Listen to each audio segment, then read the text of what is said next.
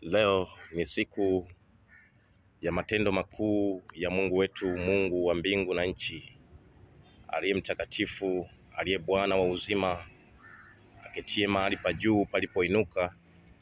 Tunajikumbusha kitabu cha Hesabu ile 11, tunakutana na habari za wana wa Israeli wakitoka katika nchi ya Misri wakienda katika nchi ya Kanaani, nchi ya ahadi, nchi ya maziwa na asali. Lakini wana wa Israeli wakiwa jangwani wakafanya dhambi kubwa ya manung'uniko, wakaanza kumnung'unikia Mungu, ambapo vile vyakula walivyovikumbuka ambavyo walikuwa nakula katika nchi ya Misri. Unaona, wana wa Israeli wanasema tunakumbuka zile samaki ambazo zilizokuwa tunakula, tumekumbuka zile nyama tulizokuwa tunakula Misri, wakakumbuka matikiti maji waliokuwa wanakula kule Misri, wakakumbuka vitunguu swaumu na vitunguu maji, na vile vile wakataja mboga mboga, kwa maana walikuwa katika nchi yenye vitu ambavyo walikuwa wanavila kila siku. Kwa hiyo wakakumbuka yale maisha waliokuwa naishi yale Misri, wakiwa Misri. Kwa hiyo wakafanya manung'uniko mbele za Bwana. Kwa hiyo wakaleta dhambi kubwa ya manung'uniko mbele za Bwana.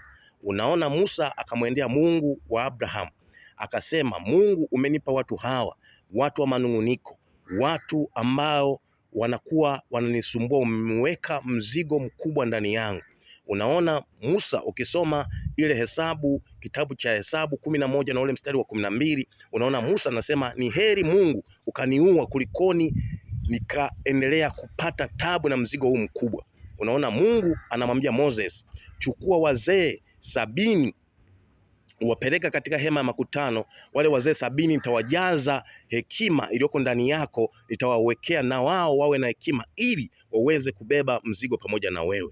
Kwa hiyo unaona, wale wazee akawachukua baadhi ya wazee 70 wenye hekima akawapeleka katika hema ya makutano. Mungu akashuka akawachukua sehemu ya roho ya Moses akawaweka wawe wasaidizi juu ya wale wana wa Israeli. Kwa hiyo pale uongozi akaanza kutumika pamoja na Moses. Kwa hiyo kikubwa katika maisha, ogopa sana kumnung'unika mbele za Bwana. Ni dhambi kubwa, walileta dhambi kubwa ambayo ilisababisha Mungu agairi, akasirike, akataka kuangamiza jangwani, kwa sababu hawakutii lile agano la Mungu, kwa sababu tu ya walikumbuka vile vyakula ambao walikuwa nakula kule wakiwa Misri. Kwa hiyo wana wa Mungu, katika maisha ya kawaida tuepuke sana kuwa na manung'uniko mbele za Bwana. Tuepuke sana kuwa na maneno na roho mbili kwa Bwana, kwa sababu yeye ni Mungu mwenye wivu. Mungu anataka kuabudiwa yeye kama yeye aliye mtakatifu wa Israeli, kwa maana yeye ni Mungu wa maagano. Lakini Mungu aliwaahidia kwamba nitawapeleka katika nchi ya maziwa na asali, nchi ya mkomamanga, nchi ifukayo shaba.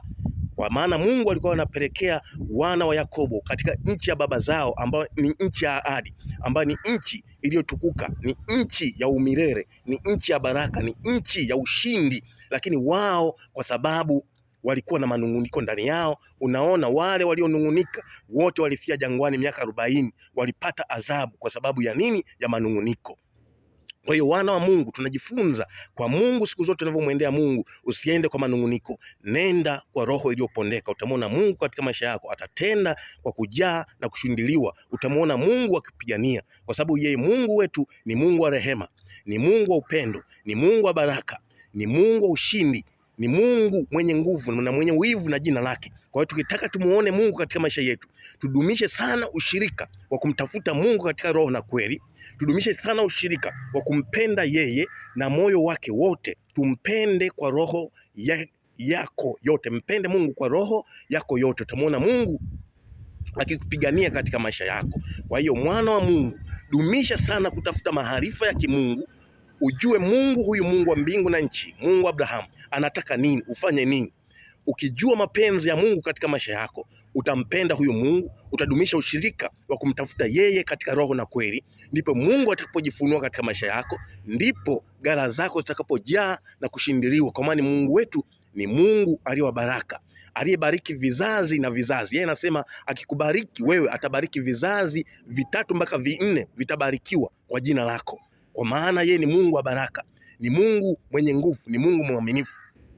Kwa hiyo wana wa Mungu, tunapokwenda kwa Mungu tunaenda kwa roho iliyopondeka. Tutamwona Mungu akitupigania, akitutetea kwa neema yake Kristo, ili tukaifikie ile nchi aliyotuahidia Bwana wa majeshi, nchi ya maziwa na asali, nchi ifukayo shaba, nchi yenye nguvu, nchi ya baraka, nchi yenye utukufu wa Mungu aliye hai. Kwa hiyo wana wa Mungu, tudumishe sana ushirika wa kumtafuta Mungu kwa neema ya Kristo Yesu, kwa nguvu ya neema yake, kwa nguvu ya utukufu wake. Hakika tutamwona Mungu akitupigania katika maisha ya kawaida, akatajifunua, kwa maana ni Mungu ajifunuae katika maisha yetu. Kwa hiyo mwana wa Mungu, barikiwa sana kwa utukufu wa jina lake Yesu Kristo.